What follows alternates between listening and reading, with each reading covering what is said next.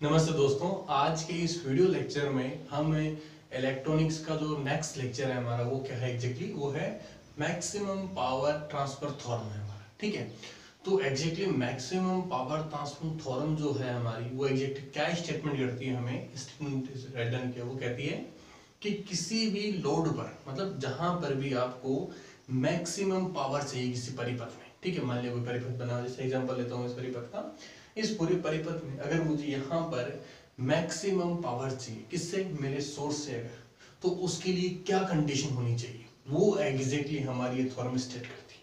वो क्या कहती है कि आपको अगर यहाँ पे मैक्सिमम पावर चाहिए अगर, तो ये जो रेजिस्टेंस है और जो ये जो रेजिस्टेंस है ये दोनों इक्विवेलेंट होनी चाहिए, तो ही क्या होगा, इसके ऊपर मैक्सिमम पावर ट्रांसफर होगा। इस में आप लोग रीड कर लेना, ठीक है। इसको एग्जैक्टली अपन ड्राइव करेंगे इस थ्योरम में। तो फर्स्ट में करना क्या है, हमें कोई भी कॉम्प्लिकेटेड कैसा भी परिपथ दिया हो हमें अगर, तो हमें सबसे पहले क्या करना है, उसका इक्विवेलेंट सर्किट बनाना पड़ेगा। ठीक है, देखो यहाँ पर अपन ने जो जेड इक्विवेलेंट लिखा है अपन ने कैसे निकाला, मैंने देखो अपन ने जो पिछले कई लेक्चर्स में अपने थेवेनिन थ्योरम की बात की है। थेवेनिन थ्योरम हमेशा सर्किट को रिड्यूस करने में काम आती है, ठीक है। तो वही थ्योरम आपको यहाँ पे लगानी है अगर कोई भी आपको सर्किट दिया हो, इनकी ये जो थ्योरम है हमारी मैक्सिमम पावर थ्योरम, ये असल में थेवेनिन थ्योरम का नेक्स्ट पार्ट है, ठीक है। तो सबसे पहले हमें क्या करना है, कोई भी हमें सर्किट दिया हो उस सर्किट में हमें पहले दो चीज निकालनी है, वो निकालनी है, पहली चीज निकालनी है जेड इक्विवेलेंट निकालनी है, सेकंड निकालनी है हमें जो है वो ई इक्विवेलेंट, यानी कि सोर्स इक्विवेलेंट निकालना है आपको, जेड इक्विवेलेंट निकालना है, और उसके बाद हमें मैक्सिमम पावर थ्योरम शुरू अप्लाई करनी है, ठीक है। तो हम देखो स्टार्ट करते हैं, देखो यहाँ पे देखो मैंने ऑलरेडी एक सर्किट को थेवेनिन थ्योरम का यूज करके और एग्जैक्टली मैंने इस सर्किट को इस प्रकार बना के रखा है, ठीक है। मुझे क्या करना है, मेरे को ए और बी पॉइंट यानी कि जो आर एल जो लोड है आपका, यहाँ मुझे मैक्सिमम पावर ट्रांसफर चाहिए, ठीक है। तो देखो एग्जैक्टली यहाँ पर आपको जो सर्किट नजर आ रहा है ये एग्जैक्टली सिंपलेस्ट सर्किट है, एक सीरीज में सर्किट है ना, सीरीज में क्या होता है दोनों जुड़ जाते हैं, लेकिन एक चीज का ध्यान रखना, जेड इक्विवेलेंट जो शो कर रहा है, ठीक है, वो क्या शो कर रहा है, वो शो कर रहा है एग्जैक्टली जेड आर को प्लस आपकी जो है वो एक्स इक्विवेलेंट को, ठीक है। ऐसा मैंने क्यों लिखा है, क्योंकि देखो यहाँ पे जो जेड आर किसको इंडिकेट करता है कि इस सर्किट में जितने भी रेजिस्टेंस हैं उन सब का जो अगर मिक्स कर दिया जाएगा तो एग्जैक्टली मेरा जेड आर बनता है, ठीक है। लेकिन जरूरी नहीं है कि हमारे प्रत्येक सर्किट में केवल रेजिस्टेंस ही हो, केवल प्रतिरोध ही हो सकता है वहां पर कोई इंडक्टर भी जुड़ा हो, मतलब प्रेरक भी वहां पे कोई जुड़ा हो, कुंडली होती है ना, ठीक है, जिसे आप एल कहते हो सकता है वो भी वहां पे जुड़ा हो होगा, तो क्या होगा, वो इसमें ऐड नहीं होगा, ठीक है, वो अलग से होगा। तो एग्जैक्टली मैंने इसको यूं जेड इक्विवेलेंट फॉर्म में लिख दिया है, और यहाँ पर ये वाली जो चीज है ना, ये क्या है आपका इंडक्टर, ठीक है। तो हालांकि नहीं है inductor, no problem, simple circuit इस प्रकार से लिखा जाएगा, ठीक है। अब एग्जैक्टली को नेक्स्ट आपका जेड आर जो है, ठीक है, एक्चुअली मैं क्यों लिख रहा हूँ आपको जब मैं इसको सॉल्व करूंगा आपको पता लगेगा इसका क्या इंपॉर्टेंस था। जो आर एल है हमारा, ये क्या है, ये हमारा लोड रेजिस्टेंस है, उसको एग्जैक्टली अपन इस प्रकार लिखते हैं, R L is equal to, again मैं लिखता हूँ जेड आर प्लस आपका जो है वो एक्स, और केवल एक्स लिख देता हूँ, ठीक है। तो या फिर एक्स से इसको मैं सी कर देता हूँ। ये जो है वो एग्जैक्टली किस एक्स से किसको इंडिकेट करता है, ये एग्जैक्टली कैपेसिटर को इंडिकेट करता है, ठीक है। कैपेसिटर का मतलब है कि जरूरी नहीं कि यहाँ पे लोड है वो अकेला हो सकता है यहाँ पे वो कैपेसिटर भी लगा हो, और देखो मैंने एक कॉम्बिनेशन रखा है, मैंने यहाँ पे इंडक्टर यहाँ लगाया है और कैपेसिटर मैंने यहाँ लगाया है, इसका एक इंपॉर्टेंस होता है मैंने क्यों लगाया है। तो ये हमारा जो है वो न्यू सर्किट बनता है हमारा, ठीक है। अब मैं क्या करूंगा, अब मैं यहाँ पे इसको जेड डैश भी कर सकते हो, ठीक है। अब देखो मैं क्या करूंगा कि सिंपल इस सर्किट को हमारा जो थ्योरम है उससे सॉल्व करता हूँ, और मैं इस सर्किट में क्या निकालूंगा, करंट निकालूंगा, ठीक है। तो इस सर्किट को आप अगर सॉल्व करो तो यहाँ पे करंट क्या बेरी आपकी, आई बेरी है। इस सर्किट को सॉल्व करके क्या आएगा हमारा सर्किट, ई इक्विवेलेंट होगा इक्वल टू क्या होगा आपका आई, ठीक है, और आपका जेड इक्विवेलेंट प्लस आपका आर और आपका एल हो जाएगा, ठीक है, क्योंकि ये दोनों श्रेणी क्रम में है, ठीक है। अब यहाँ से मैं आई निकाल सकता हूँ, मैंने अपनी आई निकाल ली है, वो क्या होगी आपके ई इक्विवेलेंट होगी, और एग्जैक्टली यहाँ से क्या हो जाएगी, Z equivalent plus are L हो जाएगी, ठीक है। ये धारा बह रही है इसमें, ठीक है। अगर मुझे यहाँ पर अगर पावर निकालनी है तो पावर का हमारा फॉर्मूला क्या होता है, पावर का फॉर्मूला होता है हमारा P इज इक्वल टू आपका वी आई लिखता है, ठीक है, या फिर आप वोल्टेज को आप ट्रांसफर करोगे क्या होगा आपका आई स्क्वायर और आपका आर हो जाएगा, ठीक है। ये हमारा पावर का फॉर्मूला होता है। अब हमें मैक्सिमम पावर निकालनी कहाँ पर है, हमें पावर निकालनी है आर एल के ऊपर, ठीक है। तो हमारे वाले केस में ये जो फॉर्मूला होगा, ठीक है, वो फॉर्मूला क्या कन्वर्ट हो जाएगा, वो हो जाएगा आपका आई का स्क्वायर और आपके आर एल में कन्वर्ट हो जाएगा, ठीक है। और यहाँ से मैं वैल्यूज को पुट करता हूँ, ठीक है।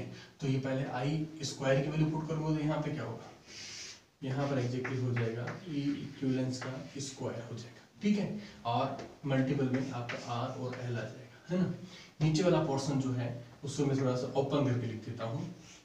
वो होगा एग्जैक्टली जेड इक्विवेलेंट जो है वो किसके बराबर है, जेड आर के, ठीक है, जेड आर प्लस आपका एक्स इक्विवेलेंस के बराबर, ठीक है, जो कि प्रेरकत्व है, इंडक्टर है, ठीक है, इंडक्टर है आपका। और प्लस आपका ये किसके बराबर है आपका जेड डैश आर के प्लस आपके एक्स सी के, ठीक है। ये मेरी इक्वेशन बनेगी और ऊपर क्या हो जाएगा इसके एग्जैक्टली स्क्वायर लग जाएगा। अब आप इसको थोड़ा सा सेपरेट कर लीजिए इक्वेशन को, ठीक है। वो इक्वेशन क्या कहती है, आपका पावर होगा वो एग्जैक्टली क्या होगा,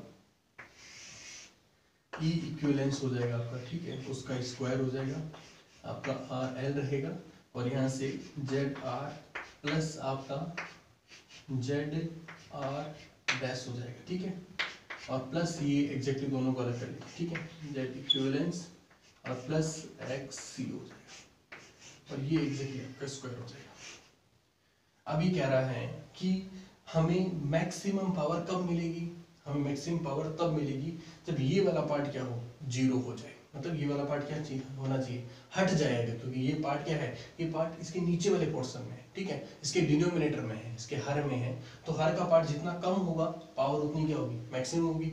तो पहली कंडीशन क्या लगाई गई, फर्स्ट कंडीशन लगाई गई है कि एक्स आपका इक्विवेलेंस प्लस आपका एक्स सी जो है वो इक्वल टू जीरो के बराबर हो जाए, ठीक है। इस कंडीशन को सॉल्व करें तो हमें क्या मिलता है कि एक्स इक्विवेलेंस है वो क्या होगा माइनस एक्स सी के बराबर, ठीक है। ये कंडीशन हमें क्या बताती है, ये कंडीशन बताती है हमें कि अगर यहाँ पर आपके कोई इंडक्टर लगा हो अगर, तो यहाँ पे आपको कैपेसिटर लगाना है ताकि वो क्या हो, वो आपस में इक्वल एंड अपोजिट और कैंसिल आउट हो जाए, ताकि हमारे परिपथ में मैक्सिमम पावर ट्रांसफर होने में कोई प्रॉब्लम नहीं हो। ये तो हमारी हुई पहली कंडीशन, ठीक है। और जब ये दोनों इक्विवेलेंट और बराबर है तो हमारा परिपथ जो बचा वो एग्जैक्टली क्या बचा, सिंपल इस फॉर्म में बचा, ठीक है। आप चाहो तो हमने यहाँ देख लिया कि ये इक्वल एंड अपोजिट है, दोनों कैंसिल आउट हो चुके हैं, तो आप चाहो तो इनको यहाँ से हटा भी सकते हो। बहुत सारे जो बुक्स है उनके अंदर क्या होगा कि इनको एज्यूम ही नहीं किया गया है, ठीक है, सिंपल इस सर्किट के थ्रू उन्होंने क्या किया, पूरा उसको सॉल्व किया है। तो देखो एग्जैक्टली इसको मैं यहीं होल्ड कर देता हूँ और ये मान लेता हूँ कि जेड आर और जो आर डैश है वो हमारे क्या है, जेड आर तो बराबर है जेड इक्विवेलेंट के और जेड आर डैश बराबर है हमारे आर एल के बराबर है, ठीक है। तो मेरा जो इक्वेशन होगा वो क्या होगा एग्जैक्टली P इक्वल टू आपका ई इक्विवेलेंस आपका का स्क्वायर और आपका आर एल, और यहाँ से या फिर इसको मुझे आप यही ले लीजिए, ठीक है, या फिर मैं इसको चेंज कर लेता हूँ, ठीक है, यहाँ से जेड इक्विवेलेंट प्लस आपके जेड आर, ठीक है, और इसका एग्जैक्टली क्या हो जाएगा मेरा स्क्वायर हो जाएगा। अब देखो मुझे पावर क्या चाहिए, मुझे पावर मैक्सिमम चाहिए, ठीक है। मैक्सिमम पावर के लिए क्या होगा, मैं इसका डिफरेंशिएशन करूंगा, ठीक है। कहाँ पर मुझे पावर चाहिए, मेरे को आर एल पे पावर चाहिए, ठीक है। तो एग्जैक्टली मैं आर एल के रेस्पेक्ट में, सॉरी यहाँ पे आर एल होगा, ठीक है, आर एल होगा, ठीक है, हाँ ये आर एल होगा, ठीक है। तो मुझे मैक्सिमम पावर चाहिए, किसके रेस्पेक्ट में चाहिए, आर एल के रेस्पेक्ट में चाहिए। मैं क्या करूंगा, इसका डिफरेंशिएशन कर दूंगा आर एल के रेस्पेक्ट में, और वहां पर वो डिफरेंस किसके बराबर होगा, जीरो के बराबर होगा। तो लेट स्टार्ट करते हैं, differentiation of P with respect to differentiation of R L, ठीक है। और ये क्या होगा आपका ई इक्विवेलेंस का स्क्वायर आर एल हो जाएगा, यहाँ से D upon delta R L start हो जाएगा, ठीक है। आप चाहो तो इसको इस प्रकार लिख सकते हो। और यहाँ से क्या होगा आपका जेड इक्विवेलेंस प्लस आपका Z sorry Z R L कर देना, बार बार कंफ्यूज मत होना, ठीक है। और यहाँ पर हो जाएगा आर एल और ये इसका जो स्क्वायर रहेगा, अब वो एग्जैक्टली जीरो के बराबर हो जाएगा। क्यों, क्योंकि मैक्सिमम पावर वाले केस में एग्जैक्टली वो जीरो के बराबर होता है। तो यहाँ देखो एग्जैक्टली मैं इसका डिफरेंशिएशन करूँ तो ये तो कांस्टेंट क्वांटिटी है, तो इसको मैं P delta P upon delta RL है, E इक्विवेलेंस का स्क्वायर जो बाहर आ जाएगा, ठीक है। और ये आप आराम से सोल्व कर सकते हो ना ये चीज़, ठीक है। मैं इसको डायरेक्ट सोल्व कर देता हूँ ना, and Z equivalence plus RL का स्क्वायर ऐसा का ऐसा रख दिया मैंने, और इसका डिफरेंशिएशन कर दिया तो 1 हो गया, माइनस से आप ये RL मैंने ऐसा का ऐसा रख दिया, और इसका डिफरेंशिएशन क्या होगा एग्जैक्टली आपका 2 Z इक्विवेलेंस प्लस आपका RL, ये डिफरेंशिएशन होगा, और बटा में क्या आ जाएगा एग्जैक्टली आपका, वो आ जाएगा आपका Z इक्विवेलेंस प्लस RL की पावर 4, और ये पूरा पोर्शन किसके बराबर होगा, 0 के बराबर होगा, ठीक है। अब करना क्या है, अपने को यहाँ से इस इक्वेशन को सॉल्व कर लेना है, ठीक है। इक्वेशन में क्या होगा, ये वाला पोर्शन जो होगा वो उधर 0 में चला जाएगा, ठीक है, और ये पोर्शन भी क्या होगा 0 में चला जाएगा, केवल आपका ये वाला पोर्शन केवल बचेगा, ठीक है, केवल सिंगल ये पोर्शन बचेगा, ठीक है। इसको एग्जैक्टली अपन सॉल्व कर लेते हैं, तो इसको मैं सॉल्व करता हूँ, तो ये क्या होगा, ये आ जाएगा एग्जैक्टली आपका बराबर में ये हो जाएगा Z E का स्क्वायर प्लस आपका RL का स्क्वायर प्लस 2Z इक्विवेलेंस और आपका RL, यहाँ से मैं करूँगा तो क्या होगा माइनस 2Z इक्विवेलेंस और आपका RL और माइनस, ठीक है, RL का स्क्वायर, ठीक है, और ये 2 लगा देंगे, ठीक है।